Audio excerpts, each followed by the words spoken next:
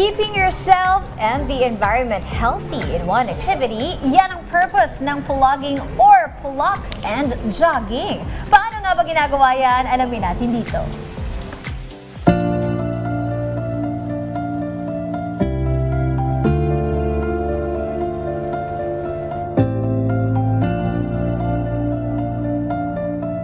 Matapos ang matinding pagbaha sa Metro Manila at ilang bahagi ng Luzon noong nakaraang buwan, maraming Pilipino ang lubos na naapektuhan. Isa sa mga itinuturong dahilan ang mga basurang bumara sa mga daluyan ng tubig. Umabot sa 600 tons ng basura ang na-recover ng Metropolitan Manila Development Authority mula sa mga pumping station.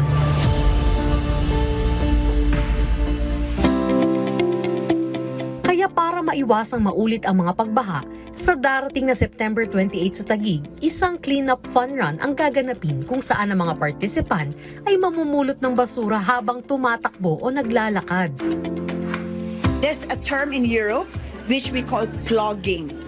So the plogging is a combination of two really very powerful words, which is to pluck. To pluck is to get, to pluck. And it's a Swedish term, to pluck the trash while jogging. We would like to make it twice a year. If we could make it every quarter, why not? Because unless we can see that the awareness of people. Ang mga kalahok ng nasabing aktibidad ay magkakaroon din ng exclusive access sa 6th International Sustainability Summit sa Mandaluyong City. Layunin ng grupo na mabawasan kahit papaano ang mga basurang nagkalat sa kalye. Gayon din upang mahikayat ang marami na makilahok sa mga aktibidad gaya nito para sa ating kalikasan. We're encouraging runners who will run for 10 kilometers, 5 kilometers, 3 kilometers, and 1 kilometer walk or run.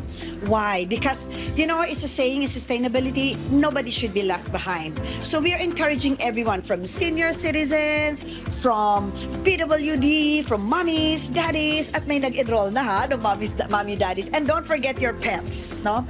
Ang misyon ng Clean Up Fun Run activity na ito ay hindi lang para sa isang araw. Ito ay para sa pangmatagalang solusyon sa lumalalang sitwasyon ng bansa.